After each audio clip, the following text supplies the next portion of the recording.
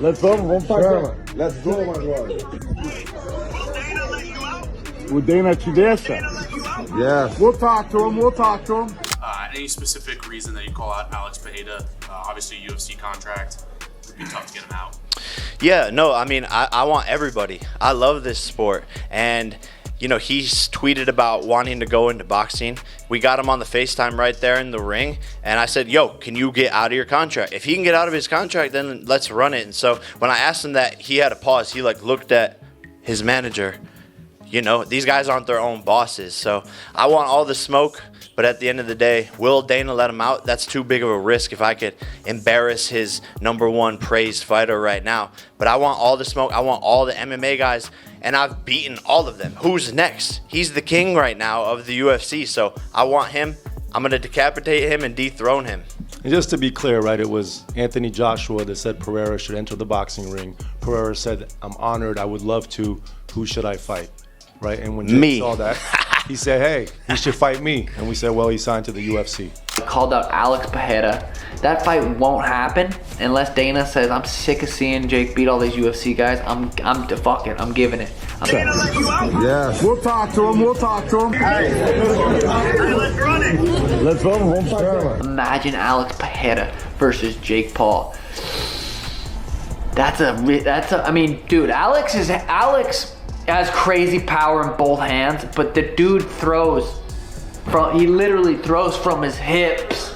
Like he's there to be hit. That was a big thing about Mike Perry. He was there to be hit. His chin was floating. He was throwing punches. He was off balance. His chin was just kind of there to be hit. Alex Pereira's dude, I met that dude, fucking scary big. His hand was like 4 of my hands.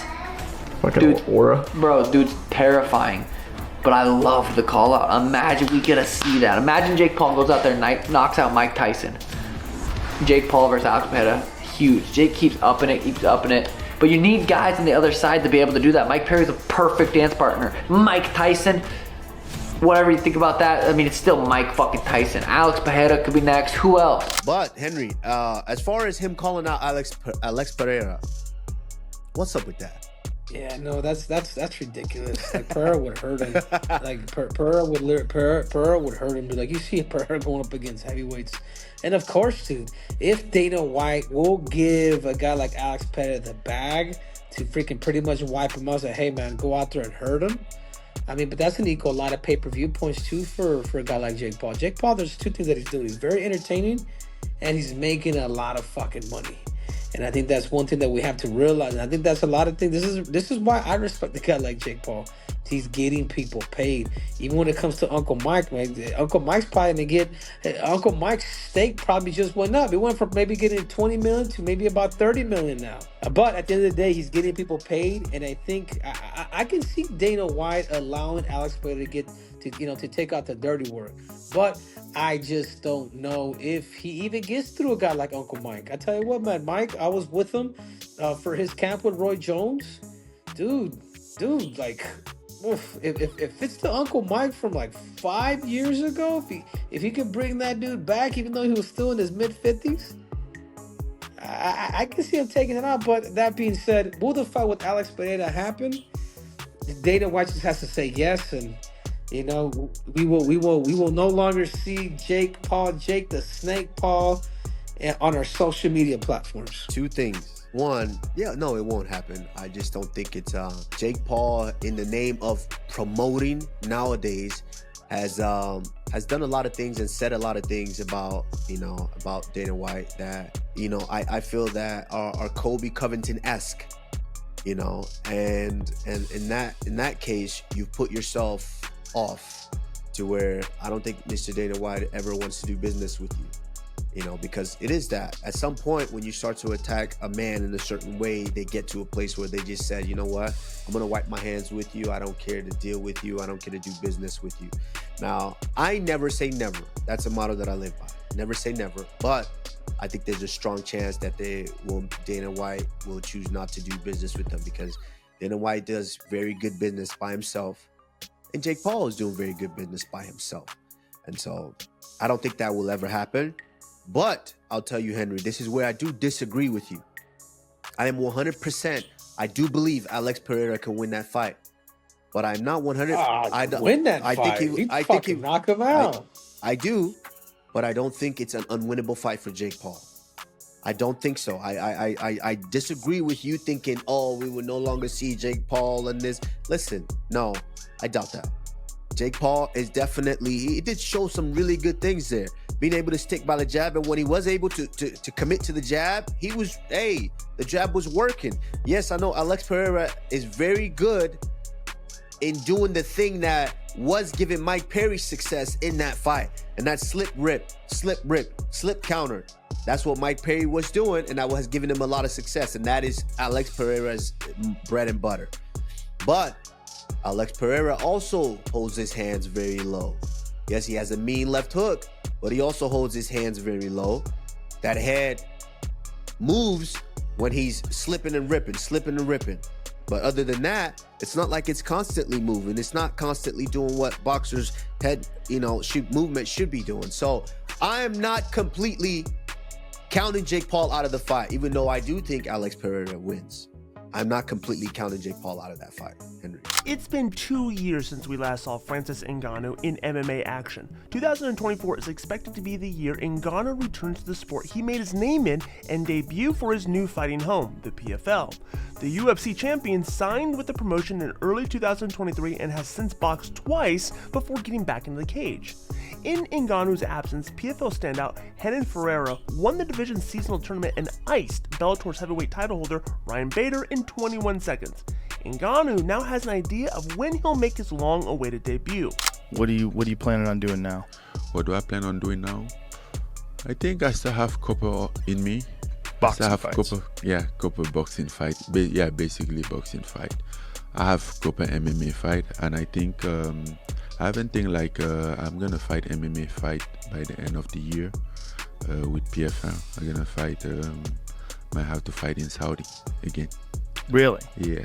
Well, one of the things that has been discussed that apparently the UFC might be open to, because the Saudis throw around so much money, is the potential of a joint promotion, a cross promotion with you versus John Jones.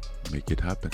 That is what the world wants to see, because when you have a guy like yourself that knocks out Stipe, becomes the undisputed UFC heavyweight champion, and then through negotiation only decides to relinquish the belt. Everybody, even though John Jones is the champion now, everybody's like, yeah, but you didn't win the title against the champion. And you were the most compelling fight in the heavyweight division for sure for John Jones. Well, that's what I wish. But, in these days, this takes a lot more than what I want or what I wish to happen.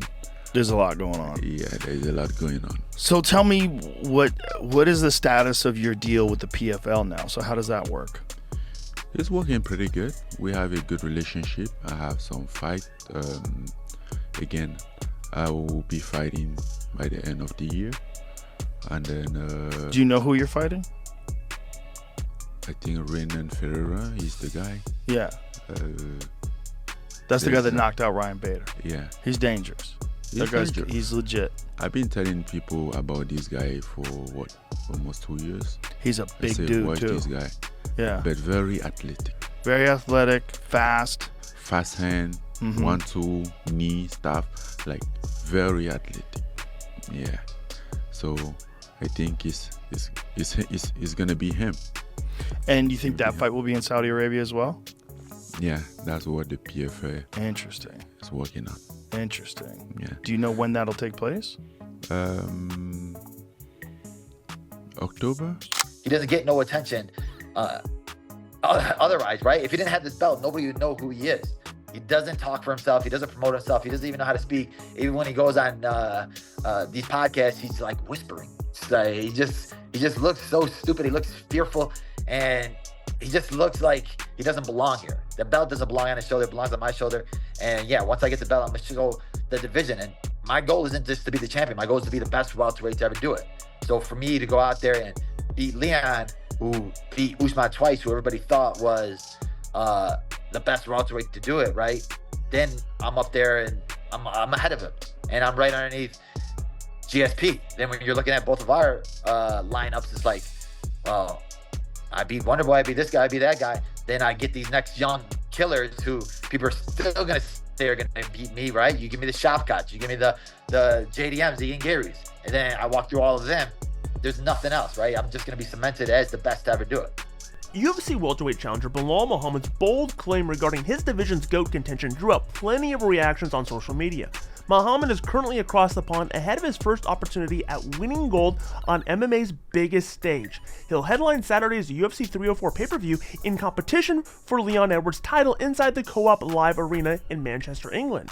Riding a 10-fight unbeaten streak, Remember the Name has been firm in stating that a crowning is inevitable. He's made claims of superiority over Edwards, whose skill set he's frequently downplayed. He even recently placed the champ down at 4th in the welterweight rankings. Despite that though, Muhammad stated during a Fight Week interview with MMA Fighting that a victory over Rocky at UFC 304 will put him directly below okay, I gotta say this without laughing. Will put him directly below the great GSP in the division's GOAT discussion. Unsurprisingly, those remarks from a polarizing figure like Muhammad led to plenty of pushback from his detractors on social media, with many branding the top welterweight contender delusional. This person wrote, "I need his drug dealer's number ASAP."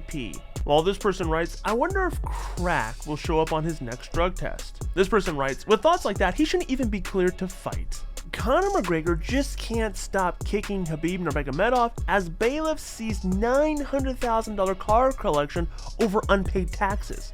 Conor McGregor continues to hammer at Khabib as more reports emerge claiming that the Dagestani fighter owes Russia roughly $3.5 million in unpaid taxes. MASH.ru was the first to report that the retired UFC lightweight champion has been audited by the Federal Tax Service, who uncovered irregularities in his documents relating to Nurmagomedov's business investments.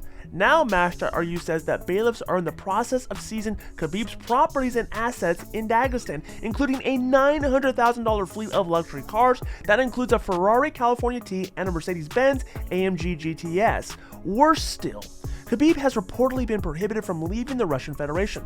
That's one more crime he's now guilty of, as the Eagle has been living in Dubai for over a year and shows no signs of returning. In fact, one possible source of the sudden rift with the Russian state may be Khabib's hush-hush possession of a UAE passport, which has kept him out of Russia's grasp while the aggressive tax situation unfolds. Conor McGregor hasn't been short on running his commentary during the process and threw another jab as reports of seizures circulated. He retweeted one of his users' replies to the news that simply said, "Meanwhile, McGregor," above a video of the Notorious happily racing his speedboat.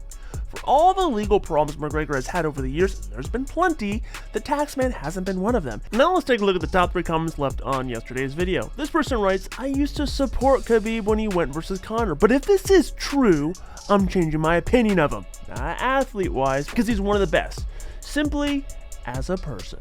At MushroomGuy88 says, "Juliana wins the award for thirstiest female fighter since Ronda." And this person says, "Kayla needs to chill on that roid rage." If you want your comments highlighted on tomorrow's video, simply comment down below. We'll highlight the top best comments, good, bad, or indifferent, and feature them in tomorrow's video. And that does it for today's video, but make sure you're liking this video, subscribing to this channel, and clicking the bell notification so you can get notified every time we drop a new video. And in case you missed it, check out yesterday's news.